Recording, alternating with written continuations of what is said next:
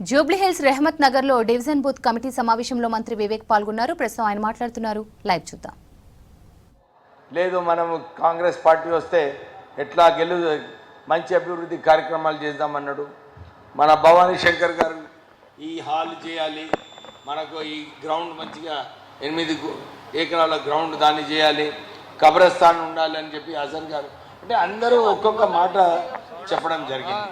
CN Reddy కూడా అందరు కలిసి మనం పని చేసుకొని 10,000 కాదు 25,000 మెజారిటీ చేయాలని చెప్పి కూడా నేను కోరుతున్నా. చేయాలి. ఎందుకంటే ఇప్పుడే రాష్ట్ర ప్రభుత్వం ఏవైతే నిర్ణయాలు తీసుకున్నారో, నేను రాష్ట్ర వ్యాప్తంగా అన్ని చోట్ల తిరుగుతున్నా. నిన్న 4 రోజుల ముందు అచ్చంపేట పోయినా, మళ్ళీ మెదక్ పోయినా, చెన్నూరు పోయినా, అన్ని చోట్ల జైరాబాదు, సంగారెడ్డి అన్ని చోట్ల ప్రజలందరూ కూడా హ్యాపీగా ఉన్నారు. ఎందుకు హ్యాపీగా ఉన్నారు? సన్నబియ్యం మనం ఎప్పుడు కూడా ఊహించలేదు. మనకు సన్నబియ్యం బాబు బాబు అది मेरे को तो अभी बात करो, नहीं तो तुम आके बात करो. जरा मैं बात करे तो सुनना. क्यों सुनना बोले तो तुम्हारा काम क्या है? బూత్ కమిటీ మెంబర్స్ బాధ్యత ఏంది? మనం పోయి మన ప్రజలకు చెప్పుకొని మనం ఓటు వేయించుకోనికే చెప్పాలి. అయితే మేమందరం చెప్పిన కొన్ని వినండి, మంచి విషయాలు మనకు కూడా ఒక అవకాశం పోయి చెప్పుకోనికే. సో అందరు కూడా ఇప్పటివరకు ఇంత మంచిగా క్రమశిక్షణగా మీరందరూ కూర్చున్నందుకు మీ అందరికీ కూడా అభినందన చెప్పాలి. జర చప్పళ్ళు కొట్టండి, మంచి కార్యక్రమం. అయితే మనకు ఊహించని, ఎందుకంటే 10 సంవత్సరాలు మీరందరూ కూడా ఇప్పుడే డబుల్ బెడ్రూమ్ అంటే అందరు చేతులు ఎత్తారు. నేను ఇంతకుముందు మీటింగ్లో కూడా ఏమని చెప్పినా ప్రజలు ఈ తెలంగాణ వ్యాప్తంగా అందరూ కూడా మాకు సొంత ఇల్లు కళ ఉన్నది, అందరికి సొంత ఇల్లు ఉంటే హాయిగా ఉండొచ్చు అందరు కూడా ఎదురు చూస్తున్నారు. అప్పుడేమో కేసీఆర్ అందరికీ డబుల్ బెడ్రూమ్ ఇల్లు కట్టుతా అని చెప్పి ఓట్లు వేయించుకొని గెలుచుకున్నాడు. ఇచ్చిండా మనకు అందరికీ? ఇయ్యలే. కానీ ఇందిరమ్మ ఇల్లులు అప్పుడు కాంగ్రెస్ ప్రభుత్వంలో అందరికీ ఇందిరమ్మ ఇల్లులు ఇవ్వాలని చెప్పి ఆ రోజు స్కీమ్ పెట్టి అందరికీ నిధులు ఇవ్వడం జరిగింది. ఇప్పుడు కూడా ఈ రాష్ట్ర ప్రభుత్వం కాంగ్రెస్ ప్రభుత్వం మీ అందరికీ మాట ఇచ్చింది, మీ గ్యారంటీ కార్డుల మీ అందరికీ ఇందిరమ్మ ఇల్లులు ఇస్తామని. అందరు కూడా అప్పుడు అన్నారు, సార్ మాకు 3 లక్షలు ఇస్తే సరిపోతుంది. ఇప్పుడు రాష్ట్ర ప్రభుత్వం 5 లక్షలు ఇస్తుంది. మీ అందరికీ కూడా 5 లక్షలు ఇచ్చి మీరు ఇల్లు కట్టుకోండి మంచిగా. దీంతో పాటు మీకు 200 యూనిట్లు ఫ్రీ ఇస్తాము. మీకు బస్సులో తిరగడానికి ఫ్రీ బస్ కూడా మహిళలకు ఇస్తున్నాము. దాని తర్వాత మనకు రాజీవ్ ఆరోగ్యశ్రీ స్కీమ్, ఎక్కడైనా హాస్పిటల్ పోవాలనుకుంటే 10 లక్షల వరకు రాష్ట్ర ప్రభుత్వం ఖర్చు పెడుతుంది. ఇంకా ఎక్కువ ఖర్చు అవుతుంది అనుకో, మన ఎల్ఓసి మీకు కావాలంటే మేము ఇస్తాం. ఎల్ఓసి పోయి నిమ్స్లో మంచిగా ఆపరేషన్ చేయించుకోండి.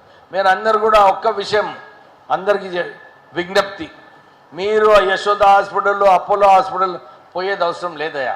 కేవలం పైసలు ఎక్కువైపోతే పోండి, అక్కడికి తప్పేం లేదు. కానీ మనకు మంచి ట్రీట్మెంట్ కావాలి, తక్కువ కాస్ట్లో కావాలంటే నిమ్స్లో చాలా మంచిగా, ఎందుకంటే నేను నా కాన్స్టిట్యున్సీ నుంచి అందరికీ అక్కడ పంపిస్తున్నా. అందరు కూడా మంచిగా సంతోషంగా వారు ట్రీట్మెంట్ చేసుకున్నారు. సో ఎల్ఓసి ఇస్తాము, సీఎం రిలీఫ్ ఫండ్ అంటే అన్ని రంగాలలో రాష్ట్ర ప్రభుత్వము బీద ప్రజలకు ఆదుకుంటుంది. సో ఈ విషయము ఈ రాష్ట్ర వ్యాప్తంగా ప్రజలందరూ కూడా గమనించి, ఇంతకుముందు టీఆర్ఎస్ ప్రభుత్వము కమిషన్ల కోసం ప్రాజెక్టులు పెట్టిండ్రు, పెద్ద పెద్ద బిల్డింగ్లు కట్టిండ్రు కేవలం కమిషన్ల కోసం. కానీ ఈ ప్రభుత్వము ప్రజల కోసం ప్రజాపాలన చేయాలి, ప్రజలకు మేలు చేయాలని చెప్పి ఈ రాష్ట్ర ప్రభుత్వం ప్రయత్నం చేస్తుంది. అందు గురించి వచ్చే ఈ జూబ్లీ ఎలక్షన్స్లో అసలు పోటీ ఉన్నదా? నిజంగా చెప్పండి, పోటీ లేదు. ఎందుకంటే టీఆర్ఎస్ పార్టీల వాళ్ళ గొడవల టీఆర్ఎస్ పార్టీ గ్రాఫ్ ఏమో కింద పడుతుంది, బీజేపీ ఏమో మీరు చూసినారు ఈ ఓటు చోరీ ఇది అది చూసుకుంటే బీజేపీ ఏం ఎదుగుతలేదు. అయితే ఇప్పుడు కాంపిటీషన్ ఎవరికి ఉంది? కాంగ్రెస్ పార్టీలా లేదు, కాంగ్రెస్ వాళ్ళతోనే ఉన్నది. ఇప్పుడు మనం అందరం చూపించినాము కాంగ్రెస్ పార్టీలా ఈ ఎలక్షన్ల కేవలం కాంగ్రెస్ పార్టీతోనే పోటీ ఉన్నది. అయితే మన బాధ్యత ఏంది? మనము నేను ఇంతకుముందు కూడా భవానీ శంకర్కి ఇదే చెప్పిన, మంచి అవకాశం ఉంది. 3.5 సంవత్సరాలు ఉన్నాయి. మన వార్డులలో మంచి అభివృద్ధి చేసుకోవాలనుకున్నా, మనకు పోస్టులు కావాలనుకున్నా, కానీ మనము సత్తాలో ఉన్నప్పుడే మనం ఇవన్నీ సాధించుకోవచ్చు. సో మనము రాజకీయంలో, నా అనుభవం ఇప్పుడే అనిల్ చెప్పినట్టు, మా నాన్నగారు 40 సంవత్సరాల నుంచి, నేను ఒక విషయం చెప్పాలనుకుంటున్నాను మీ అందరికీ. ఒకసారి మా నాన్నగారి దగ్గర పోయినా, అరే ఇప్పుడే నిన్ననే తిట్టిండు కదా, మళ్ళీ నీ దగ్గరకు వచ్చిండు పని చేసుకోనికే, ఎందుకు ఎంటర్టైన్ చేస్తున్నావు అని అడిగిన. ఆయన ఏమన్నాడంటే, ఎప్పుడు కూడా గుర్తించుకో, కాంగ్రెస్ పార్టీలో విభేదాలు ఉంటాయి, కొట్లాటలు ఉంటాయి, అన్నీ ఉన్నప్పుడు కూడా మనం సరిదిద్దుకోవాలి. అదే రాజకీయ నాయకుడు భరించుకోవాలి, ఓర్చుకొని మన పార్టీని మనం ఎట్లా గెలిపించుకోవాలని చెప్పి మనం ఆలోచించుకోవాలి. నేను విను, అరే ఇగో భవానీ శంకర్ అల్టిమేట్లీ ఇప్పుడు ఏమన్నాడు అజరుద్దీన్, జో జీతా వही सिकंदर, అర్థమైందా? जीतने के बाद सब लोग एडजस्ट करना, जब भी अपन जीतते एडजस्ट नहीं करे तो जीतते नहीं. याद रखो, అందరూ కూడా గమనించాలి. మనకు ఆ ఇంట్లోనే విభేదాలు ఉన్నప్పుడు మనం ఎన్నితో ఎట్లా కొట్లాడగలుగుతామా? మనము మన సమస్యలు ఏది ఉన్నాయో మనం దాన్ని చర్చించుకొని, ఏది కూడా సమస్య లేదు ఏదైతే మనం చర్చించుకొని పరిష్కరించుకోవచ్చు.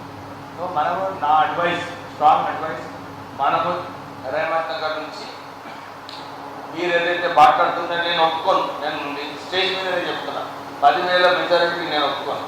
25,000 మెజారిటీ తేవాలి.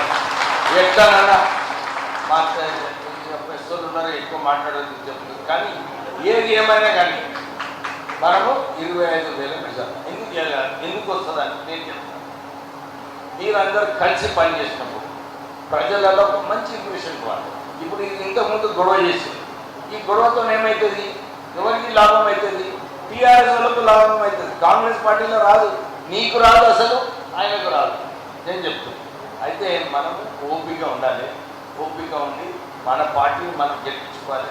మనం లేని ఇక్కడ సత్తాల జూబ్లీస్గా జనార్దన్ రెడ్డి గారు పోయిన తర్వాత కాంగ్రెస్ పార్టీ కూడా గెలవాలి. మీరందరూ కూడా అది గమనించాలి. మళ్ళా కాంగ్రెస్ పార్టీ గెలవాలి. కాంగ్రెస్ పార్టీ గెలవాలంటే ఒక 10 మందిని కల్పించుకున్నప్పుడే మనం గెలవగలం.